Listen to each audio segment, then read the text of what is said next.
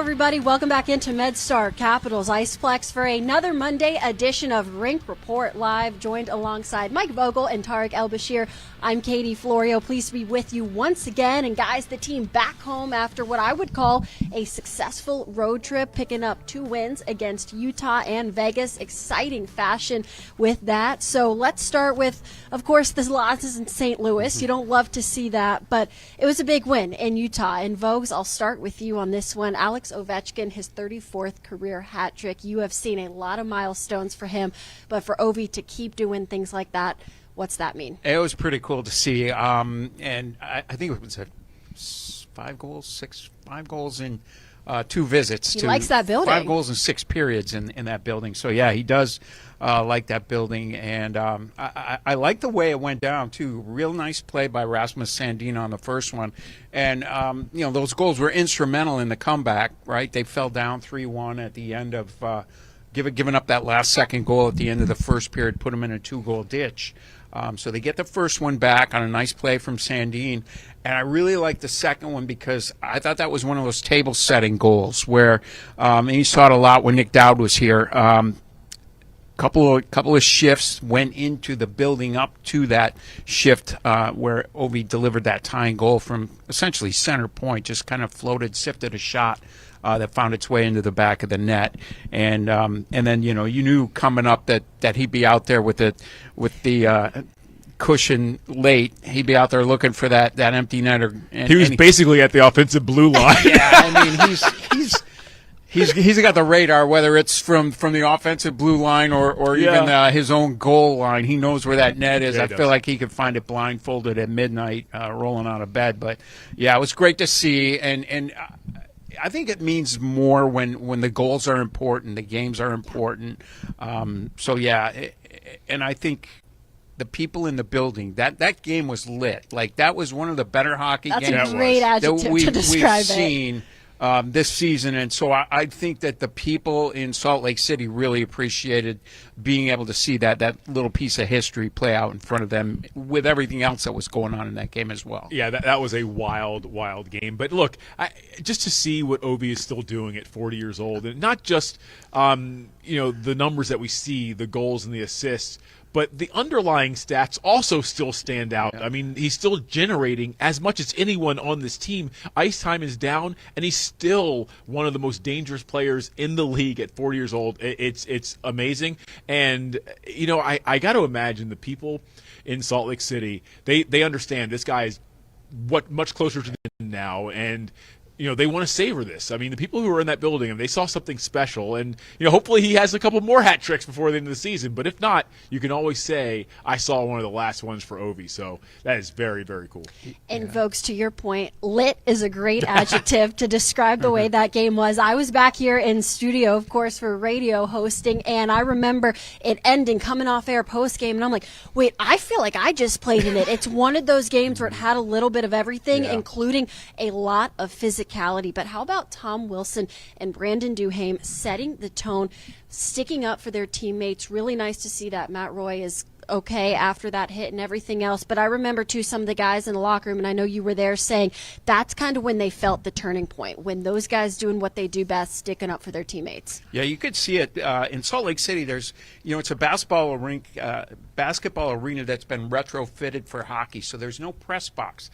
They stick us in the seats. We're in the lower level. It's a great view, and we were looking right at Matt Roy's face as it came into the glass. Looking right at it. You could see that, and I said it right away, that looked more like intent to injure than the P.L. Dubois on Robert Thomas thing a couple nights earlier in St. Louis. I couldn't believe that wasn't 5 and a match for Tanev on that play. But anyway, to your point, good to see those guys stand up and step in for Matty. And I thought it was interesting because that did spark the comeback.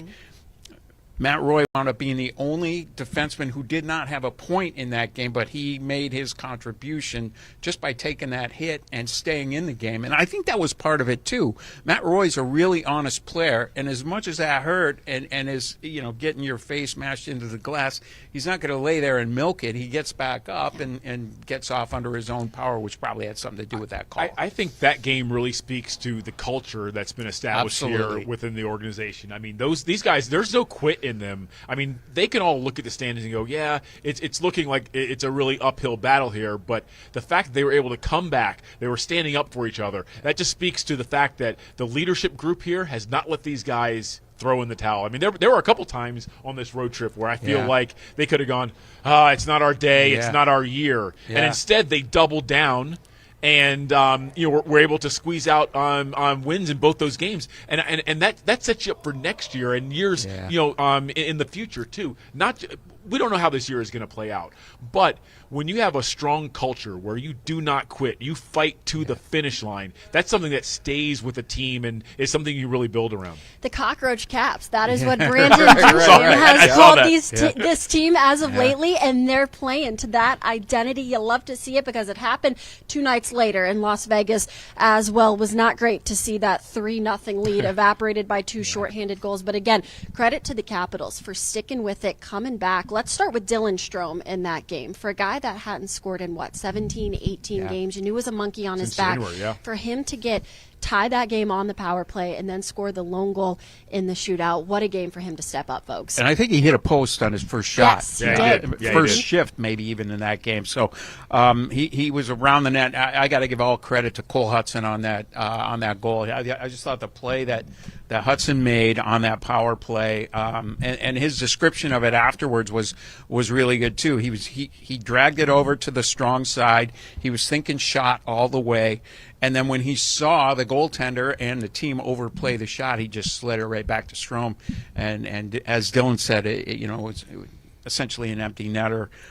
Massive goal and great for the power play to be able to get that goal and rebound after having yielded the 2 shorties Again, we're talking about stick-to-itiveness and being able to overcome adversity, and the fact that this team, is mentally tough and just isn't going to fold. I mean, you gave up shorthanded goals on the same power play for the second time in the same month. I mean, you and I have been covering this league for decades. I've never seen that before, and they didn't let it rattle them. They were able to overcome all that adversity and still get the job done. Yeah, exactly. Yeah. And another.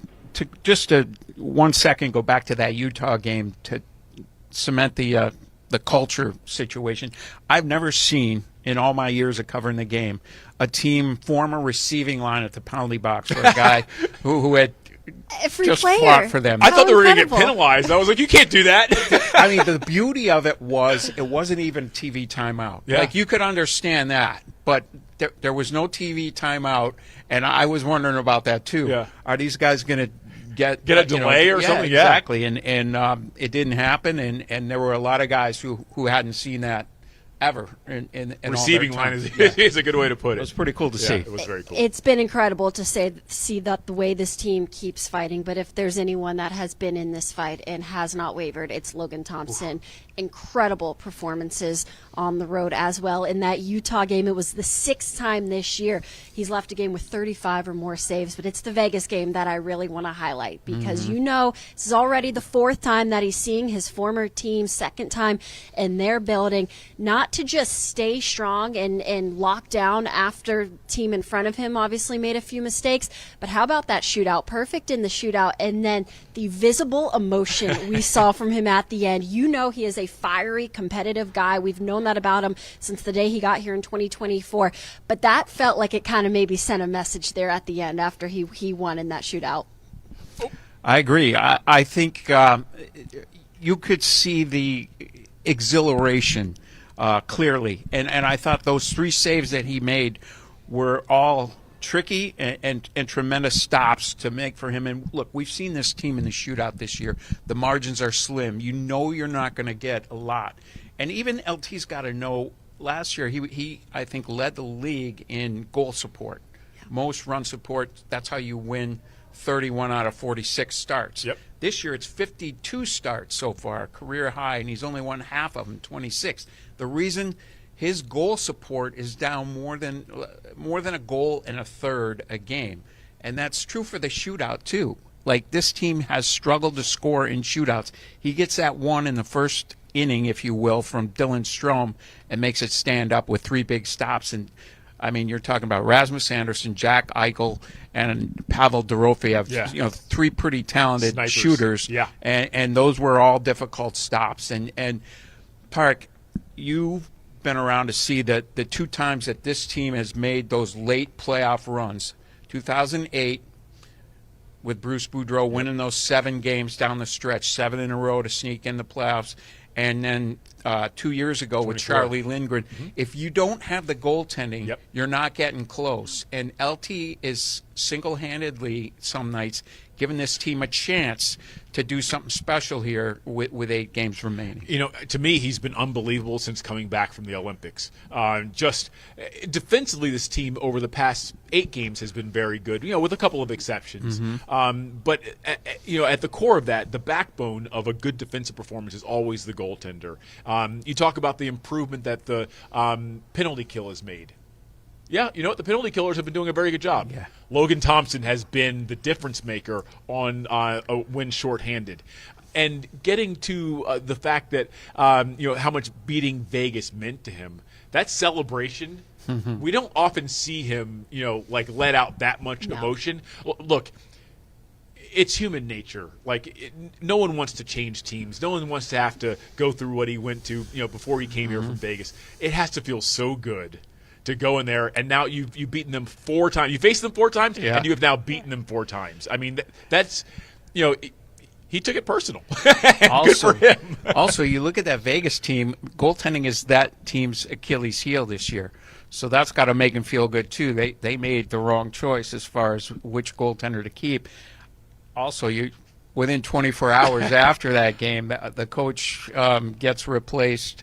We used to see that all the time with the Capitals. I remember there was one year where the Capitals got 5 coaches fired. Yeah, they were coach killers. Yeah, they were coach killers. Like within the first 48 time in a while. hours. Yeah. The outcome is different in that Capitals game. Does Bruce Cassidy get fired? If Logan Thompson stands on his head the way he did, does he? It's a lot of what ifs, and just crazy that it happened after the Capitals, but we are certainly glad that Logan Thompson is now a Capital, and plenty of other guys who are starting to make their ways as the newest Caps. Let's talk about this young core for a minute, because in that Vegas game, the 5 youngest guys on the team, Hendrix Lapierre, Ryan Leonard, Justin Sordoff, Ivan Miroshnichenko, and I'm missing one. Who's the other one? Cole Hudson. Thank you very much. They accounted for 7 points in that win against Vegas. And I feel like we're starting to see them sort of come together as a unit. Of course, Hudson has been remarkable. It's incredible to think he got here last week and the way he's fitting in. But Ryan Leonard, who we will hear from momentarily, the way he has sort of come in his own, the way the game has slowed down for him, and Justin Sordoff too. I mean, he's just been incredible as a first-year Cap. So all in all, Tarek, we'll start with you this time. How much have these young guns, these youngsters that maybe took a little bit to find their way, how much are they starting to pull their weight? They're certainly finding their level in this league. And you and I both, and you've seen it, Katie, I mean, the game has to slow down in a player's head. And sometimes it happens, like with Cole Hudson, it happens, instantaneously. Sometimes it takes a month, 2 months, even a full season. Yeah. I mean, Hendrix Lapierre, I felt like for a while there he was in danger of kind of getting off schedule a little bit. But he's quickly figured it out here. And when it happens, you can see it. You can see the confidence. Yeah. You can see them hanging on to pucks more. You can see them making plays more. And that's what we're seeing from Hendrix. But look, we've talked about this team for so long being one of the older teams in the league. We are now seeing that baton passed in real time. They have gone from one of the older teams. I want to say they are middle of the pack now. 28 and a half years old is their average. They're going to continue to get younger in the coming months. And if you look at the teams that are younger, a number of things, right? You get injured less. You come back from injury more. You fade less in third periods and later in seasons. And also, from a salary cap perspective, when you have a bunch of young guys like the Caps have right now who are producing at a high level, that gives you Cost flexibility, control. cost control. So now when the Caps go to make an acquisition in the offseason, they know they've got 5 young guys who make less than $1 million who are getting the job done. We can now go spend a little more on that 32-year-old. Folks, I specifically want to talk here about Ivan Miroshnichenko because he's someone that maybe gets lost in the shuffle of young just because he's been around longer than Ryan Leonard and obviously Cole Hudson and even Justin Sordiff in his first year. But for him to come up and he's been up since the trade deadlines here, not getting in just yet. And then, of course, Ethan Franco's down and he finally gets a shot and has that multi-goal game in Utah. What have you liked out of Miro that can hopefully solidify a solid place for him in the lineup? We could see it right away. He played in that St. Louis game, and I think it was his first or second shift of the night. He wraps one right off the square, like hit that post solid. And then 2 nights later, same shot from same maybe not same shot, but same part of the ice, and throws that puck, and it gets just inside. It goes post and in, so it makes a big difference. And also, I give him and Brandon Duhaime credit for setting up that Lapierre goal to get the Caps started in Las Vegas. And Tark, to your point, the confidence you see in Lappy now, once he got that puck and split the defense, you knew that puck was going in. Yep. And maybe 2 months ago you see that and you're thinking, oh man, is he going to airmail it? Is it going to go off the glass? It's confidence. Yeah. You can see it. And with Miro, Katie, to your point, he waited, he bided his time. You know it's gotta crush him to be sitting and watching when he's been, getting minutes down in Hershey. And I think, look, he just turned 22 in February. He's still just a kid, but this is the end of his entry-level contract. So the Caps need to figure out where he fits in their lineup going forward, or is he a guy that they're going to maybe fish around for that bigger piece that they're seeking? You got to find out. 6. You're exactly right. You got to find out what you have there, and don't want to make a mistake and trade the wrong guy. Exactly, and even with a guy like Cole Hudson, I mean, I think a lot of people are like, oh, why bring him in with 14 games to go and burn the first year of his entry level contract? Well, for a number of reasons, he's ready. And he's earned the opportunity. Yep. But the Capitals have to figure out what they have in him. Who does he play well with? Is that guy on the team, or do we have to go get someone that he plays well with? Where is his game right now? I mean, I think we, a few games in, we know the answer now. I think we'll keep him. You have a guy like Cole Hudson who has come in, factored in on all 5 power play goals so far, and yes, there's been some learning mistakes and things like that, but you want that. You want these teachable moments, and that's why you bring him in this year as well. But then you have a guy like Ryan Leonard, who I just spoke to in the locker room. We'll hear that momentarily, and he's been so honest every time with just the growth. It was this time a year ago. This week, I think the 31st is when he signed his contract, and then April 1st in Boston is when he made his NHL debut, where he talked to me about the growth. And it was a longer process than maybe he thought, but we're seeing it with every single game. We're seeing it in the room, even just everything about his demeanor. So, Vogues, where have you maybe seen Leonard grow the most over the course of this year? What I like about him as a player is he draws the attention of the opposition every night, and he relishes it. He doesn't shy away from anything. And sometimes you'll see him, I think it was the Utah game, him and Mikhail Sergachev got tangled up early in that game, and I'm like, I don't know if you want to open that can, but he's fearless. Yeah. He doesn't care who it is. He will give it back. He gives as good as he gets. And you see him do something, Katie, every night, whether it's a curl and drag, or it's just changing the angle of his shot. That drag shot is amazing. And the shot that he ripped, that Anthony Beauvillier somehow got a stick on in the Vegas game, I thought was a wicked good play too. To see what he's done in exactly almost 365 days has been tantalizing, because it makes your head go to, where can this guy be a year from now, 2 years from now, 5 years from now? He is all in. He is engaged. And to your point about him just always being the focal point of the opposition, I mean, a lot like Tom Wilson a few years ago, he draws a lot of penalties because his feet are always moving and the other team is always mad at him. And so if you want to get your power play out there, I mean, Ryan Leonard is a guy who's going to get and now that he's getting minutes on the power play, he's drawing on power plays, and then he's getting out there and having an opportunity to score. But the thing that's really stood out to me, Katie, about Ryan Leonard's game is I feel like he's become more what's the word? More judicious in like the risk taking. Yeah. He's making fewer high event level type plays at blue lines. You now can see where a year ago he might try to toe drag his way through a couple guys. Now he goes, you know what? I'm going to make the high Safe percentage play. and just dump it and maybe get off. I've already been out here 40 seconds. So again, that's just the maturity of a young player, 21-year-old player, figuring out how to produce and contribute at this level. Well, it's been wonderful to see the way he has evolved for the course of a year, and the sky's the limit for him. But I had the chance to catch up with him in the locker room after practice today. Well, Ryan, thanks so much for joining the show today. Hard to believe already 1 year ago to the date you signed your NHL contract, and then a day later played in your first NHL game. When you think back to those memories in Boston, what comes to mind? I didn't know that was a year ago today, to be honest. And a lot has changed in a year, and there's been a lot of good, but a lot of downs, and that's a part of this career. And it's all been a lot of fun getting closer with the guys and the staff and the community, and it's all just been a blast.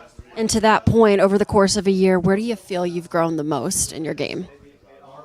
Probably my defensive side of things, and just rounding out your game to kind of know the time and place when to try to use your offensive ability, but knowing when to manage the game. And on the contrary of that, is there one specific area where when you got to the NHL or to this point right now that you still want to focus on, or are like, wow, this was a lot harder jump than I thought? Yeah, I think just continuing to use all your resources here. You're skating with the guys, the best players in the world, so use it to your advantage and just try to get better and better each and every day and game in and game out. Well, the young guys, including yourself, had a really good road trip. 5 youngest on the team combined for 7 points in that win against Vegas. Where do you feel like all of you are starting to emerge in maybe your own type of leadership ways on this team? Yeah, it's been a long year, and you kind of figure out throughout the course of the year where your game is and where you kind of belong on the team. And you kind of wish it happens earlier in the year, but being a younger player, sometimes it takes a little bit of time, and we're all just trying to do our part and chip in each way as possible for the group to win. And to that point, I know you've kind of maybe taken Cole Hudson under your wing a little bit. I think everyone loved you substituting in his coffee review this week. So how have you two sort of bonded? I know you knew each other previously, but coming off that long road trip, spending a lot of time together, how do you think that sort of benefited him as well? Yeah, it's great. Trying to kind of make him feel as comfortable as possible. It's a different jump for sure, and I went through it last year, so knowing what he has to do and just trying to be the best resource for him. And last one for you. In this exact interview last week, Pierre-Luc Dubois, still unfazed, was still bashing your cooking, saying that Hudson he's been there less than a week and he's already been better. So do you have a response for him? I will give Huddy props. He did make him a meal, and I only chipped in for little stuff. So I'll give Huddy the win for that one. Ryan, I appreciate your time. Good luck this week. Thank you. Thanks to Ryan Leonard for joining me earlier today. And guys, I love it. The poor guy last week, we had Pierre-Luc Dubois on the show, and he's still taking hits left and right. He hasn't lived with Dubois since the beginning of the season, but as you can see, he's a really good sport about it. He's taking Cole Hudson under his wing now. And Tarek, to your point about this team getting younger, I would say so. Considering those two are making TikToks from the road, if you have your guys making TikTok, you're definitely hitting the younger generation. But again, it speaks to the friendship, the culture, things like that, going out in Salt Lake, getting a coffee, reviewing it on social media. Latte. It looked delicious. I'd have one of those. Yeah. But folks, to that point, once again, what does that, not only what does it say, but how does that benefit this team down this home stretch when really you're starting to see some of those young ones step into those leadership roles as well? The Caps only care about Ryan Leonard cooking on the ice. They don't care about him cooking off the ice so much. And he's been doing that. I think he's going to threaten the 20-goal mark here. What is he at, 16? I think 8 games left. I think he's going to get close. Maybe he gets there, maybe he doesn't. But I think it's going to be a pretty common occurrence seasons ahead of us, maybe even 30, maybe even 40 with the way that he can shoot it. So, and Tark, to your point earlier, all we got to do is go back to the beginning of this month, and you had a 36-year-old John Carlson and a 35-year-old Nick Dowd on the roster, and both of those guys are gone, and you've replaced a 36-year-old defenseman with a 19-year-old defenseman, so that's going to make a big dent in that average age. So we're seeing a little bit of a changing of the guard here as the season has gone on, and the same thing with Leno last year. So Ilya Protas, Andrew Crystal. There's some other guys that are pushing the envelope, trying to nudge their way up here. Bogdan Trineyev. And that's so important. Sorry to cut you off, but that's so important because if you want to look ahead a few weeks to the offseason, a lot of the top free agents have already re-signed with their clubs. Yeah. So outside of making a blockbuster deal, and everyone's going to be trying to make a blockbuster hockey deal because they're going to have to. They're going to have to. You need that improvement to come from the internal, right? Like you need your young players to start stepping up. So the fact that we're seeing all these, I call them the under 24s. Yeah. All these under 24s are starting to take that next step in their career. That's got to be heartening for management, knowing that, okay, well, you know what? These guys are showing us they are ready to really become full-time contributors next year. And so if we can't make a big signing, or maybe that trade isn't a home run, it's a double. We've got, Hendrix Lapierre has taken a step. Ryan Leonard's was close to a 20-point guy. You're going to need Cole Hudson to go from whatever he finishes with to 50 points next year. And I think you're starting to see that's possible with this group. Well, and when you see the salary cap going up as fast as it has here in the last couple of years, and as fast as it's projected to go up in the next 3 years, teams are going to do exactly what you said. They're going to spend their money on their guys because there's not going to be the free agent market's going to be thin, and you're only going to overpay for guys. You're going to be end up paying guys for what they did for other teams more so than what they're going to do for you. So absolutely, drafting is going to be much more crucial in the years ahead, and making the right decisions and retaining the right guys. And then figuring out which ones you want to use for trade ships, because I think there's going to have to be more hockey trades made around the league for teams to get the pieces that they want to get. And you're going to have to figure out, okay, where do we have an excess? Where do we have a strength that we can deal from, and we can take a couple of these pieces? Is it draft capital? Do we have an extra defenseman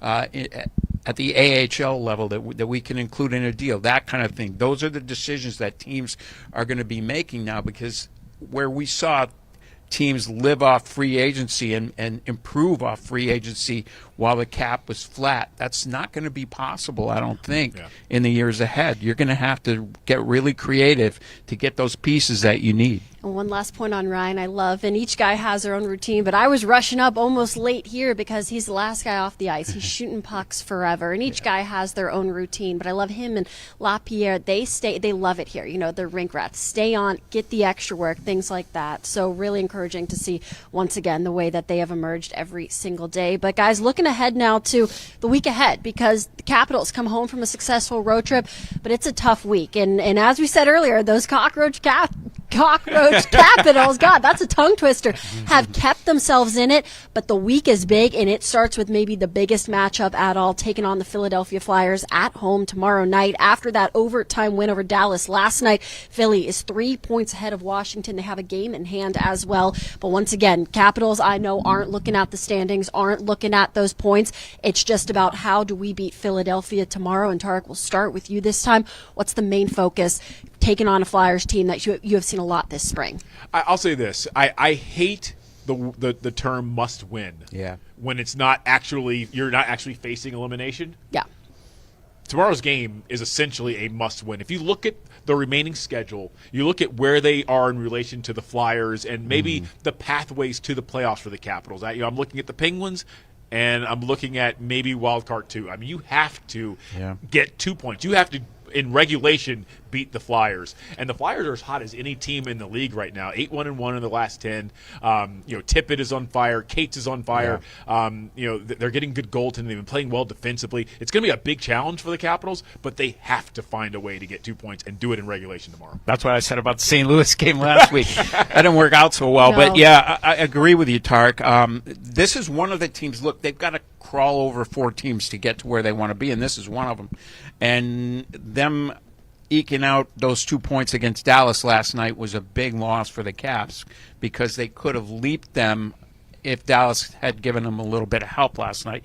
And Tark, to your point, they have the second fewest goals against since the Olympic break. Been good. Third best record in the NHL.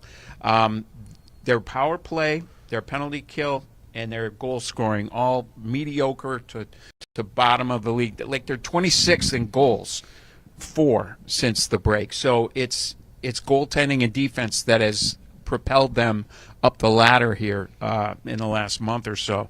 And as we've seen, these games, the 3 Caps Flyers games, have been low event, not a lot going on. Big play here, big play there. I know the Caps were sour after the first game in Philly. Yeah. They thought a bad call late hurt them. But they've only scored 3 5-on-5 goals in those 3 games. So to me, they're going to have to find a way to get some pucks behind, whether it's Vladar or Erston tomorrow. And I think scoring early and getting a lead and playing with it would help them too. Yep. Capitals then taking on New Jersey Thursday, Buffalo Saturday, and the New York Rangers, who, of course, have already been eliminated on Easter Sunday. And typically we would go through every single team. But like you said, I think it's fitting where it's tomorrow is kind of do or die. It is whatever you're going to say in a playoff mindset. There's no other game right now bigger than this one. And so final thoughts from both of you. You know, this road trip could have gone one or two ways. And I know the Capitals obviously disappointed in that shutout in St. Louis. But to come back and battle back in both the Utah and Vegas games, you could tell, and I know you were on the trip, Vogue, so you saw it more than us, but even today at practice, there's still a vibe that this team is in this. Yes, it's hard, but you can tell the belief is strong, and they're not going down without a fight. There was a lot of jump in practice today, real high pace, high tempo. Guys were in great moods. You know, we didn't get in until 4 or 5 o'clock yesterday afternoon. You spend what's your off day on an airplane. And you're trying to adjust. Look, we went out west a city at a time, 3 different time zones. We gradually worked our way out, and now you come back in one fell swoop. And I know for me, I didn't have the jump today that those guys have, so I know it's a little trickier coming back.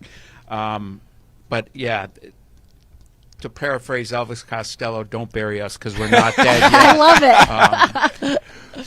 Look, when you have a team that is playing for each other, when you have a team that is sticking to its structure and playing well defensively, and you have the X factor, Logan Thompson, playing as well as any goaltender in the league. Yep. Goals saved above expected is off the charts. I believe Ilya Sorokin is really the only guy that's in front of him in that key category.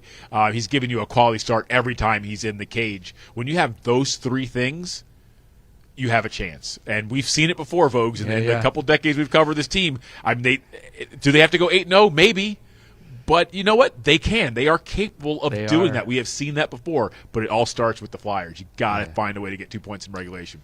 An exciting one tomorrow for sure. Guys, thank you so much for your insight. As always talking hockey with Katie. you. And thank all of you for tuning in at home. Once again, for Mike Vogel, Tarek El-Bashir, I'm Katie Florio saying so long, but we'll be right back with you next Monday for another edition of Rink Report Live.